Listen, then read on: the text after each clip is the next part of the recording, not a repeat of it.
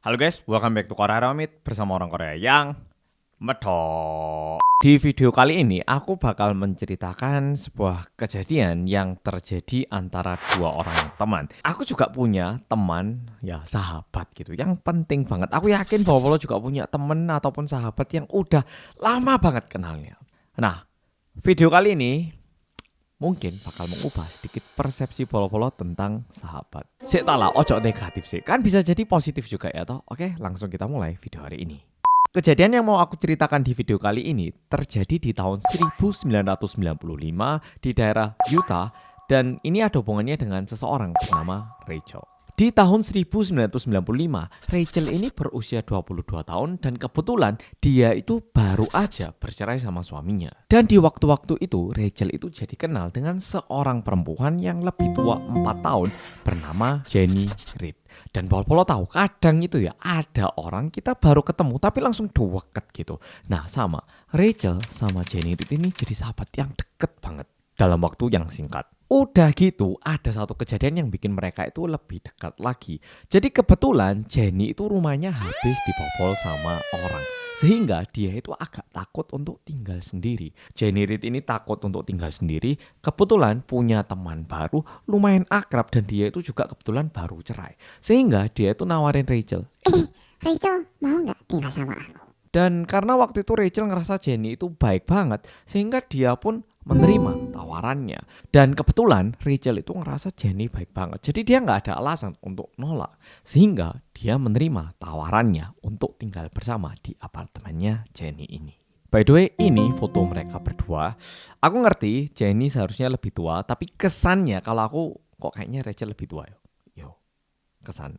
Ya ini sedikit iklan. Langsung lanjut lagi ke ceritanya. Hubungannya ini terus berlanjut bahkan hingga tahun 1996. Dan waktu mereka tinggal bersama, untungnya mereka itu nggak punya masalah. Orang namanya sahabat dan juga teman gitu. Dan mereka ini juga bisa tinggal bersama dengan baik karena sudah membagi tugas dengan baik. Oke, Rachel kamu yang ini, Jenny kamu yang ini. Oke, yang belanja siapa, yang bayar listrik siapa. Semuanya ini udah ditentukan dalam persetujuan. Nah, belum ada masalah. Suatu hari Rachel ini jadi kenal sama seorang cowok. Saat Rachel memperkenalkan cowok barunya kepada teman-temannya, teman-teman lainnya ya tentu ramah kepada bisa dibilang calon pacarnya Rachel ini. Tapi ada satu orang yang kurang menyambut dengan baik dan itu adalah Jenny. Jadi waktu Jenny ketemu sama cowok barunya Rachel ini, entah kenapa Jenny itu kesannya kayak agak judes, jutek, ogah-ogahan, kayak pokoknya bikin suasana nggak nyaman banget gitu loh. Ngerti toh, ada temen yang kadang kayak gitu. Ya, itu yang dilakukan sama Jenny. Tetapi melalui insiden kali ini, teman-temannya Rachel itu jadi tahu tentang Jenny. Jadi agak beda sama Rachel. Rachel itu orangnya agak ceria, banyak ngomong, kayak hai, kayak selalu happy gitu. Sedangkan Jenny orangnya itu agak pendiam, bukan yang terlalu tinggi gitu tensinya. Ya, jadi teman-temannya itu jadi tahu kalau mereka ini adalah dua orang yang berbeda. Tapi di satu sisi teman-temannya ini juga jadi agak curiga sama Jenny. Sampai teman-temannya itu bilang kayak gini. Jangan-jangan Jenny itu suka Rachel nggak sih? Kok dia waktu ketemu cowoknya Rachel kayak nggak happy gitu sih? Ya anaknya pendiam, tapi ini kan agak beda. Kayak gitu. Dan bahkan ada juga teman-temannya Rachel yang bilangin ini ke Rachel. Rachel, kayaknya Jenny itu loh. Aku nggak tahu loh ya, kamu jangan kayak sakit hati atau gimana. Tapi kita itu ngerasa ada firasat kayak jangan-jangan Jenny itu suka kamu. Rachel yang mendengar ini bilang, Enggak kayak gitu, enggak, dia itu bukan orang lesbi gitu, enggak, dia itu baik banget dia. Ya orangnya gitu aja, enggak. jadi setiap kali teman-temannya bilang kayak gitu, Rachel itu selalu membantah. Tidak lama setelah itu, Rachel itu ngundang pacarnya ke apartemennya untuk nonton film bareng. Ya kayak, mau nggak Netflixan gitu ya. Tapi 1995 ya nggak ada Netflix mungkin. Mau tak nonton ini mbak CD kaset gitu ya. Nah pokoknya kayak gitu. Nah pacarnya ini datang ke apartemen dan tentunya Rachel itu udah bilang ke Jenny kalau dia ini mau ngundang cowoknya. Nah cowoknya ini udah datang dan mereka mau nonton film, belum nonton. Tapi cowoknya udah datang, Rachel sama pacarnya itu mulai nonton. Dan karena Jenny ada di situ, mereka tuh sengaja memperkecil suara filmnya biar nggak ganggu. Tapi tiba-tiba Jenny itu keluar dari kamar. Kok rame banget sih? Tuh, rumah kok rame banget. Jenny itu tiba-tiba keluar dan bilang kayak gitu. Tentunya Rachel ini nggak enak sama pacarnya. Jadi setelah pacarnya pulang, dia itu tanya ke Jenny. Jen, ini aku benar-benar pengen tanya jujur-jujuran ya ke kamu. Kamu tadi itu kenapa sih? Jujur suaranya lo udah kecil banget, masa ganggu? Nah, di sini ternyata Jenny membuka hatinya dan bilang seperti ini. Ini aku jujur ya ke kamu ya. Aku itu kan temen deket ya sama kamu. Aku itu cuman pengen melindungi kamu. Dan aku itu ngeliat cowokmu itu, dia itu playboy, dia itu buaya gitu loh. Aku gak mau kamu itu terlukai. Jadi kamu jangan salah paham loh ya. Tapi aku itu cuman pengen melindungi kamu dari orang-orang yang jahat. Nah, Rachel yang dengar ini, dia itu jadi bingung. Kayak dia ini suka sama cowoknya, tapi ketika dia bilang sama Jenny, maksud dan tujuan dari Jenny itu baik gitu loh. Nah, sehingga Rachel itu ya nggak bisa gini, nggak bisa gitu, kayak bisa dibilang terjebak gitu. Dan ini terus berlanjut hingga tahun 2010. Jadi mereka itu tinggal 15 tahun bersama dan masih tinggal berdua gitu. Tapi kondisinya mereka itu sekarang punya pekerjaan masing-masing. Rachel itu bekerja sebagai seorang paramedis, sedangkan untuk Jenny, dia ini bekerja di sebuah yayasan sosial untuk para masyarakat di Amerika gitu. Jadi karena masing-masing udah kerja, punya pendapatan, bagi tagihan listrik gitu itu menjadi lebih mudah lagi daripada sebelumnya. Tapi Rachel ini punya satu masalah di tahun 2010. Masalah yang dia miliki adalah setiap kali dia pulang kerja, dia itu merasakan rasa nyeri yang lumayan parah di bagian punggungnya. Dan setelah diperiksa lebih lanjut, dia itu ada sedikit penyakit dan diakibatkan itu dia itu tidak boleh ngangkat beban di atas 4 kg. Nah, tapi karena pekerjaannya dia ini kan paramedis ya, jadi kadang itu dia harus mindahkan pasien ataupun bantu pasien.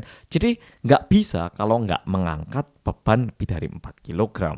Sehingga diakibatkan itu dia pun nggak pengen ngerepoti rekan kerjanya, dia memutuskan untuk berhenti kerja sebagai paramedis. Udah berhenti kerja, Rachel ini jadi tahu satu hal lagi. Ternyata dia itu hamil. Dan karena hamil, dia itu beritahu ke cowoknya, aku hamil. Dan cowoknya yang tahu kalau Rachel ini hamil, dia itu langsung melarikan diri. Agak berbeda dengan yang polo-polo bayangkan, tapi melarikan diri. Tapi karena mungkin namanya perempuan udah punya anak, merasakan kayak rasa ibu gitu ya, dia ini memutuskan untuk melahirkan anak ini. Jadi ya pokoknya mau dia rawat, mau dia besarkan sendiri gitu. Sehingga Rachel itu ngerasa nggak enak sama Jenny karena dia itu nggak bisa kerja, dia itu nggak bisa membantu membayar tagihan ya toh. Tapi Jenny itu sama sekali nggak komplain. Dia bilang nggak apa-apa kamu lagi hamil, nggak apa-apa. Ya wis nggak apa-apa kamu nggak bayar nggak apa-apa, aku aja yang bayar, aku ada uang kok. Dan malah kalau misalnya ada waktu kosong diajak pergi keluar, diajak pergi kemana. Jadi kayak dia itu menerima Rachel benar-benar apa adanya dan tidak merasa keberatan untuk membayar saat keluar bareng gitu. Kehidupan seperti itu terus berlanjut hingga Rachel melahirkan anaknya. Nah, ternyata anaknya itu adalah seorang laki-laki tapi lahir dengan autisme. Sehingga perkembangannya itu nggak secepat teman-teman seusianya. Dan Rachel menamai anak putranya sebagai Ryder. Dan karena dia ini punya autisme, Rachel memutuskan untuk mendaftarkan sebuah asuransi dengan polis yang cukup besar. Dan ini didaftarkan atas namanya Jenny. Maksudnya itu penerima polisnya itu Jenny. Nah, kenapa Rachel gitu? Karena Rachel itu benar-benar kayak merasa sangat terima kasih kepada Jenny yang selalu ngerawat dan juga sabar kepada Rachel selama dia hamil. Waktu terus berlalu dan tadi kan aku sempat bilang Rachel itu punya rasa nyeri di punggungnya ya toh. Nah, setelah melahirkan yang seharusnya ini bisa diobati tanpa operasi, suatu hari Rachel itu jatuh, lugur sehingga dia itu membutuhkan operasi untuk menyembuhkan kondisi badannya. Sehingga di tahun 2015 Rachel itu dioperasi tulang punggung belakangnya. Nah, diakibatkan ini Rachel ini kan juga membutuhkan seseorang yang bisa ngerawat dia selama di rumah sakit ya toh. Kayak dimandiin, gantiin baju, ke toilet gitu itu. Ini semua dilakukan oleh Jenny laki-laki. Dan karena Rachel di rumah sakit, yang ngurus Ryder siapa? Ini juga dilakukan sama Jenny. Ke sekolah diantar, mau kemana itu juga dibantu semua sama Jenny. Jadi Rachel sama anak putranya ini benar-benar dirawat total sama Jenny dalam kondisi Rachel yang habis operasi. Kayak Rachel itu sampai ngerasa, wah meskipun aku ini mamanya Ryder, Jenny ini lebih aktif, lebih semangat lagi daripada mama kandungnya. Kayak gitu kesannya. Nggak cuman itu, Rachel juga mendaftarkan Jenny ini sebagai respite care-nya Ryder. Respite care ini apa? Jadi di Amerika itu ada sistem kayak kamu ini bisa mendaftarkan seseorang yang merawat anak dengan kebutuhan khusus gitu. Nah, kalau kamu daftarkan, mereka itu kayak dapat bayaran khusus dari sebuah yayasan. Dan sebenarnya yang menginisiasi ini adalah Jenny, tapi kalau dari sudut pandangnya Rachel, ya nggak apa-apa karena kamu yang benar-benar ngerawat dan selama aku nggak ada pemasukan pun kamu yang bantu. Sehingga Rachel ya, Oh iya ayo nggak apa-apa kamu tak daftarin. kayak gitu. Berjalannya waktu, ada satu waktu Rachel itu ngerasa kayak kayaknya Jenny ini kayak agak kebangetan ya gitu. Nah, karena apa? Karena Rachel ngerasa apa-apa itu semua diurus sama Jenny. Sehingga Rachel itu bilang gini ke Jenny. Jen, aku beneran berterima kasih banget kamu bantu aku, kamu mau ngerawat anakku. Tapi kayaknya ini agak berlebihan deh. Aku ini adalah mama kandungnya Ryder, jadi biar aku aja yang lakukan ini, kamu gak usah segini ya. Nah, itu yang disampaikan Rachel kepada Jenny. Jujur Jenny kesel, tapi ini nggak mengubah terlalu banyak. Jenny tetap ngurusin Ryder, tapi tentunya nggak seintim yang dulu. Waktu terus berlalu dan beberapa tahun setelah itu, suatu hari Jenny itu bilang gini ke Rachel. Rachel, aku boleh nggak ngajak Ryder ke tempat kerjaku? Aku pengen nunjukin kantorku gitu. Rachel yang denger itu. Yuk, ya silakan, nggak mau. Ya silakan gitu. Nah, selama Jenny ini pergi sama Ryder, Rachel kan di rumah sendiri ya toh. Nah, kebetulan dia ini ngecek kotak posnya, ada surat nggak sih gitu. Di situ Rachel menemukan satu surat yang lumayan mengagetkan. Karena ada satu surat dari pengadilan yang isinya itu berhubungan dengan hak asuhnya Ryder. Lebih tepatnya suratnya itu berisikan kayak gini. Pengalian hak asuh Ryder kepada Jenny Reed. Rachel yang lihat ini kaget banget dan dia langsung menelpon Jenny. Loh Jen, ini di rumah ada surat masalah pengalian hak asuh. Ini kamu ta? Jenny bilang, Oh ya, betul. cek, terus teleponnya dimatikan sepihak. Rachel yang jadi begitu panik, dia itu langsung telepon polisi, 911 semua dihubungi dan bilang kalau anaknya itu dicuri sama temennya yang bernama Jenny Reed. Tapi saat dia menelpon 911 malah bilang kayak gini.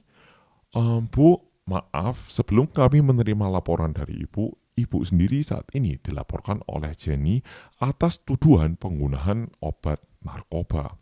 Saat ini kami sudah mengirimkan polisi ke rumah Ibu.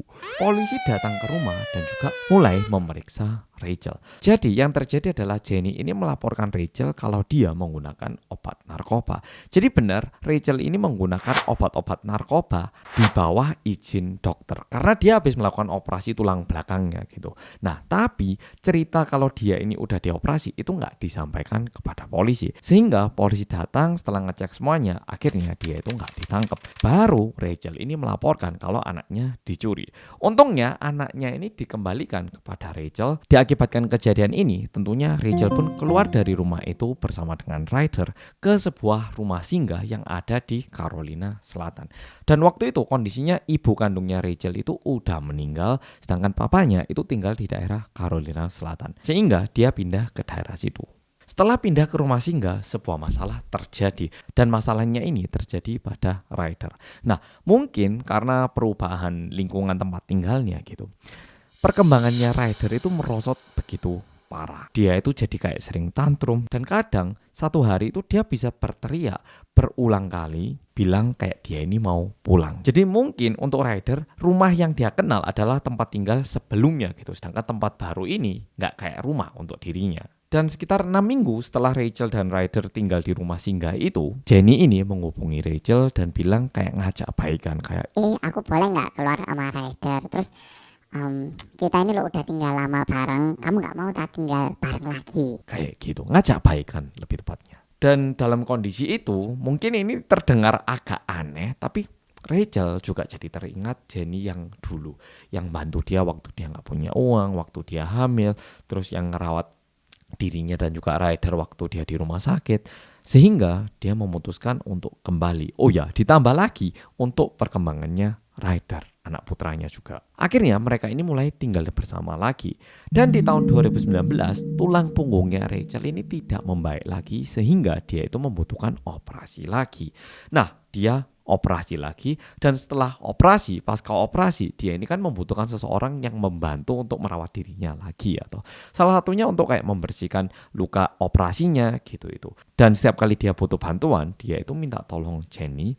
Tapi setiap kali Jenny itu membantu, Rachel itu ngerasa Jenny itu kayak mengusapkan sesuatu di bagian lukanya gitu. Jadi dia kayak ngerasa ada yang aneh, tapi ya mungkin dia membersihkan gitu. Sampai-sampai suatu hari Rachel itu tanya, Jen, kayaknya waktu kamu membersihkan lukaku kayak ngusapkan sesuatu gitu sih. Kamu ngapain? Jenny bilang, Oh enggak, aku cuma ngecek. Siapa tahu lukamu itu infeksi atau gimana. Enggak kok, enggak ada apa-apa. bilang kayak gitu. Dan karena Rachel percaya setiap kali dia butuh bantuan, ya dia itu ya manggilnya Jenny terus. Dan ini terus berlanjut. Nah, sampai suatu malam Rachel itu benar-benar gak bisa tidur karena kayak tenggorokan pernafasannya itu agak bengkak gitu. Sehingga besoknya itu dia memutuskan pergi ke klinik terdekat. Dan kali ini dia memutuskan untuk pergi sendiri dan juga untuk ngecek bagian yang dia operasi. Waktu dia udah nyampe ke klinik dan dokternya ngecek lukanya, dokternya itu kaget banget. Loh, ini kok kakinya infeksinya parah banget ini. Nanahnya ini udah gak karu-karuan. Jadi katanya lukanya itu benar-benar terinfeksi parah, bahkan nanahnya itu udah kayak blue cheese gitu. Dan saking parahnya, klinik ini manggil ambulans untuk memindahkan Rachel ke rumah sakit yang lebih besar. Sesampainya di rumah sakit yang lebih besar, lebih tepatnya di UGD, diperiksa, ternyata Rachel ini terinfeksi MRSA. Jadi ini merupakan infeksi yang diakibatkan bakteri bernama Staphylococcus aureus. Nah, pokoknya ini adalah bakteri yang sangat kuat yang bisa dibilang nggak bisa disembuhkan dengan antibiotik yang biasanya digunakan oleh para dokter karena bakterinya itu kuat banget. Bahkan bakteri ini saking ganasnya ini disebut sebagai bakteri pemakan daging. Dan hingga saat itu Rachel dan juga dokter itu ngira mungkin Rachel itu terkena infeksi ini kayak tertular selama dia di rumah sakit. Jadi kadang itu bisa terjadi di rumah sakit, misalnya si A kena infeksi apa, si B ini juga habis operasi. Tapi karena menggunakan ruang yang bersama ataupun satu gedung, kadang itu bisa nular ya toh. Jadi dokter sama Rachel itu ngira mungkin ini tertular dari pasien yang lain gitu. Dan karena lumayan parah, dia itu dirawat beberapa hari di rumah sakit itu dan juga dikasih suntik antibiotik bernama vancomycin. Dan setelah itu dia diizinkan pulang. Rachel pulang rumah dan Rachel sama Jenny ini mereka itu berdua dari dulu itu suka nonton kayak dokumenter true crime ya kayak detektif Rehomet gitu itulah. Ya pokoknya mereka itu nonton satu seri bersama-sama dan kebetulan di seri itu mereka itu nonton seorang perawat yang membunuh suaminya menggunakan succinylcholine. Nah, ngelihat itu karena Rachel ini kan mantan paramedis, dia bilang, Loh, ini perawat mau bunuh suaminya kok pakai cairan yang bakal ketahuan pas diotopsi sih? nah Jenny yang mendengar itu kayak tanya, Emang kenapa? Rachel jawab alias jelaskan gitu. Jadi gini, succinylcholine itu kayak cyanida. Bisa dibilang cairan yang tidak dibuat dari tubuh manusia. Jadi kalau diotopsi pasti ketahuan ini adalah ulah seseorang. Kalau mau bunuh seseorang nggak ketahuan Itu pakai insulin. Kan insulin itu memang dari tubuh juga, jadi susah dideteksi. Rachel bilang kayak gitu. Dan suatu kejadian terjadi pada tanggal 9 Juni tahun 2019. Ya seperti biasa, lagi-lagi Jenny membantu Rachel. Kayak dia harus minum obat-obatan, itu dibantu gitu. Nah Rachel udah minum obat-obatan, tiba-tiba dia itu sama sekali nggak ingat, kayak blackout gitu. Dan waktu dia terbangun, dia itu udah di rumah sakit dalam kondisi gula darahnya itu 13. Nah katanya normalnya gula darah orang itu biasanya 85 sampai 110 untuk orang sehat. Jadi tiba-tiba gula darahnya itu ngedrop banget dan ini bisa dibilang lumayan aneh. Apalagi Rachel itu nggak ada diabetes. Jadi sebenarnya nggak mungkin gula darahnya itu turun sedrastis itu. Kayak nggak mungkin tubuh itu memproduksi insulin yang terlalu berlebihan sampai mengakibatkan dirinya itu black out gitu. Hingga waktu itu pun Rachel itu masih nggak curiga. Padahal kakaknya Rachel itu bilang gini ke Rachel. Cel, ini nggak tahu ya, cuman aku atau gimana. Tapi kemarin Jenny itu terkesan agak sebel ngeliat kamu yang masih hidup loh. Menurutku agak aneh. Dan tentunya Rachel nggak menganggap terlalu serius. Dia kayak, Enggak lah, mungkin dia khawatir aja. dan setelah dirawat beberapa hari, Rachel lagi-lagi pulang ke rumahnya. Udah pulang rumah, gak lama setelah itu dia itu lagi-lagi terbangun di rumah sakit. Kayak mirip dengan beberapa hari yang lalu gitu. Nah, tentunya Rachel pun bingung kok dirinya bisa kayak gitu dan merasa ini sangat tidak normal. Dan bahkan dokter yang menangani Rachel pun memanggil cukup banyak dokter-dokter spesialis untuk ngecek apa yang terjadi kepada Rachel. Karena nggak mungkin tiba-tiba insulinnya itu sebanyak itu gitu. Dan kejadian berikutnya itu terjadi pada tanggal 12 Desember tahun 2019. Nah, waktu itu ada satu laporan masuk ke FBI bahwa ada seseorang yang berusaha membeli bakteri VRSA di dark web. By the way, mungkin Pol udah tahu dark web, tapi dark web itu adalah situs yang bukan situs-situs biasa. Biasanya untuk pembelian hal-hal yang ilegal itu biasanya dark web, dan ini tentunya ya merupakan tindak ilegal biasanya. Ya, biasanya adalah jual beli barang ilegal itu di dark web. Dan karena FBI jadi tahu, mereka ini mulai menginvestigasi. By the way, bakteri VRSA ini adalah bakteri yang sangat berbahaya. Bahkan kalau misalnya kita mau beli untuk tujuan penelitian pun, itu lumayan ketat surat-suratnya. Takutnya ini dikembangkan untuk membuat bioweapon yang bisa membunuh massal gitu loh. Sehingga karena FBI nggak mau hal-hal seperti itu terjadi, FBI itu bahkan menyamar untuk mencari tahu siapa orang yang berusaha membeli bakteri VRSA ini. Dan tentunya karena FBI mereka hebat ya toh. Mereka berhasil cari tahu dan ternyata orang yang berusaha membeli bakteri VRSA ini adalah seseorang bernama Jenny Lynn Reid alias Jenny Reid. FBI yang cari tahu tentang ini akhirnya mulai menyelidiki semua hal tentang Jenny Reid. Sehingga FBI itu jadi tahu kalau Jenny ini tinggal bersama dengan Rachel. Rachel ini punya anak bernama Ryder dan Jenny pernah mencoba untuk mendapatkan hak asuhnya Ryder, dan FBI juga tahu kalau Rachel ini pernah dioperasi dan juga pernah ke rumah sakit dengan rekor medis yang seperti apa. Sehingga FBI itu langsung mencurigai kayaknya Jenny ini mau menginfeksikan bakteri VRSA kepada Rachel gitu. FBI memperkirakan Jenny melakukan semua ini untuk mendapatkan hak asuhnya Ryder. Di bulan yang sama, kondisinya Rachel nggak tahu kalau FBI sudah melakukan penyelidikan dan lain-lain, itu nggak tahu.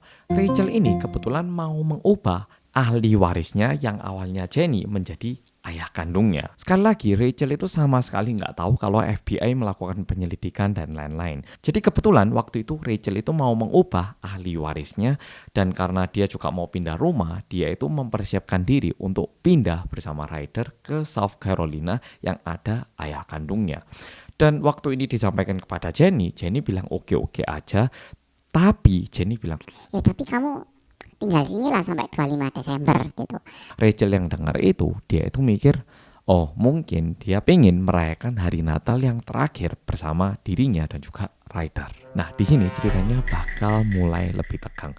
15 Desember tahun 2019, FBI yang tahu Jenny berusaha membeli bakteri VRSA ini mengirimkan paket palsu, bilangnya isinya itu adalah bakteri VRSA, dan juga mengirimkan bukti kirimnya melalui dark web kepada Jenny. Jadi FBI itu benar-benar mantau, pengen melihat apakah apa yang mau dilakukan sama Jenny gitu. Dan bahkan Jenny itu rela bayar biaya ekstra agar bakterinya ini datang kayak besoknya gitu. Berbeda dengan yang dibayangkan sama tim FBI, ternyata Jenny itu tidak langsung membuka paketnya. Dia itu malah baru mengambil paketnya pada tanggal 17 Desember, 2 hari setelah itu. Dan ini paket dia bawa ke mobil dan dia berangkat pergi ke kantor. Dan tentunya ini semua diikuti sama FBI. By the way, paketnya ini tidak dikirimkan ke rumahnya Jenny, tapi dikirimkan ke UPS Store. Jadi Jenny itu mintanya dikirimkan ke UPS Store biar dia yang pergi ke sana ngambil gitu. Jadi kayak istilahnya cabang terdekat di rumahnya gitu. Sesampainya di kantor, tim FBI juga langsung turun dan masuk ke kantornya dan minta waktu untuk interogasi sebentar. Di situ tim FBI tanya, Ibu hari ini habis ke UPS ya, Bu? Oh iya saya tadi habis ke UPS. Beli apa, Bu? Ini saya beli biji kopi. Ya jadi saya ngambil barusan. Oh gitu. Apa cuman biji kopi, Bu, belinya? Apa ada pesanan lain ya? Saya agak lupa ini. Tapi kenapa kok tanya gitu? di sini tim FBI mulai mendesak. Oh gitu, Bu. Ibu, sepertinya itu bukan biji kopi, Bu. Kayak bahan-bahan biologis gitu, Bu. Mungkin kami kasih kesempatan kepada Ibu Jenny untuk jujur memberitahu apa isinya, Bu. Mungkin boleh diberitahu sekali lagi apa isinya, Bu? Oh iya itu betul bakteri. Saya beli untuk bikin bir di rumah. Iya saya mau bikin homemade bir. Oh, bikin bir. Kalau gitu perlengkapan lainnya udah beli, Bu? Oh iya saya belum beli perlengkapan lainnya tapi baru bakterinya aja. Iya saya kelupaan itu karena ini pertama kalinya saya bikin. Ini mau saya bikin untuk ini liburan akhir tahun. Iya ini saya lupa untuk beli perlengkapan lainnya. Karena FBI merasa kalau Jenny itu terus berusaha untuk membohongi FBI itu bilang kayak gini. Bu, mungkin ini bisa terdengar agak sulit. Coba sih Ibu jelaskan apa bakteri ataupun bahan biologis yang Ibu beli. Namanya itu apa? Dan akhirnya Jenny itu baru bilang kalau dia itu memang beli bakteri VRSA, tapi dia itu tetap kayak buat alasan kenapa dia beli ini gitu. Jadi masih nggak jujur kayak, oh ini bakteri katanya gini, kayak memberi alasan. Dan sebenarnya FBI itu sudah punya bukti yang cukup untuk nangkap Jenny. Jadi cuma sebatas pengen tahu apa yang disampaikan sama Jenny. Dan setelah mendengar itu, FBI tanya, Tapi Ibu udah membuat rencana ya untuk menginfeksikan bakteri ini kepada teman Ibu, Rachel itu. nah FBI tiba-tiba tanya gini ke Jenny. Di situ Jenny bilang, Enggak pak, itu teman saya sendiri udah 25 tahun. Enggak pak, masa saya mau membunuh teman saya sendiri yang baik banget. Enggak pak, enggak. tapi apapun alasannya, karena FBI sudah memiliki bukti yang cukup, akhirnya Jenny ini ditahan di kantor polisi. Dan akhirnya pada tanggal 18 Desember tahun 2019, FBI itu datang ke tempat tinggalnya Rachel dan menyampaikan bahwa Jenny merencanakan semua ini. Dan di situ Rachel itu baru tahu akan semua ini. Dan dia itu gak ngira kalau temannya yang udah merawat dirinya kayak gitu selama ini itu merencanakan untuk menyerang dirinya menggunakan sebuah bakteri yang begitu bahaya, yang bahkan bisa digunakan untuk membuat senjata biologis pembunuh massal.